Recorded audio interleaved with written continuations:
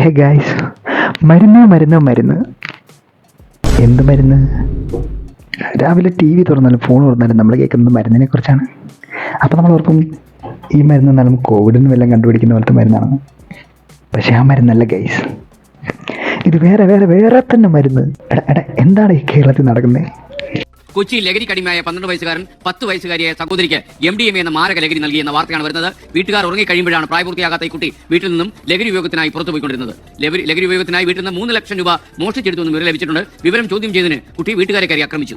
നമ്മുടെ നാട്ടിൽ ചെറിയ കുട്ടികൾ ഈ MDMA പോലുള്ള മാരകമായ വിപത്തിന്റെ മുന്നിൽ തലയിടിച്ച് മുഖമിടിച്ച് വീഴുന്നതിന് ഏറ്റവും അപകടകരമായ ദൃശ്യം. എടാ 10ഉം 12ഉം വയസ്സിൽ നീയൊക്കെ എന്തായാലും ചെയ്തോണ്ടിരുന്നത്? പേടിച്ച് പകുതി അമ്മമാരും 12ആം വയസ്സിൽ കട്ടിലേ മുള്ളുന്നവരായിരുന്നു.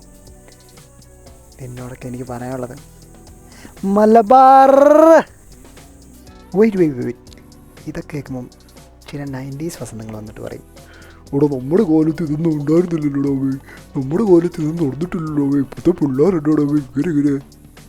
ഗൈസ്, നമ്മുടെ കാലത്ത് ഇതില്ലാഞ്ഞിട്ടല്ല, നമ്മുടെ കാലത്ത് ഇതൊക്കെ പുറത്ത് വരുന്നില്ലായിരുന്നു.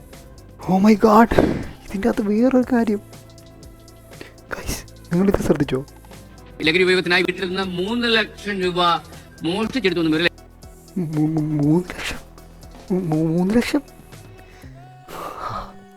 ഓ മൈ ഗാഡ്, ആ പ്രായത്തിൽ നമ്മൾ കണ്ടിട്ടുള്ള പൈസ എത്ര ഗൈസ്? 5 രൂപ, 10 രൂപ, 15 രൂപ.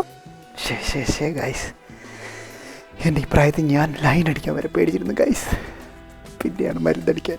അപ്പോൾ ആദ്യത്തെ വീഡിയോയിൽ അധിക പ്രസംഗമൊന്നുമില്ല, അധിക പ്രസംഗം നെക്സ്റ്റ് വീഡിയോ ആയി. അപ്പോൾ വീഡിയോ ഇഷ്ടപ്പെട്ടെങ്കിൽ വെറുതെ ആവശ്യമില്ലാത്ത മരുന്നടിച്ച് ജീവിതം പാഴാക്കാതെ എന്നെ സബ്സ്ക്രൈബ് ചെയ്യുക ഗൈസ്. സബ്സ്ക്രൈബ്.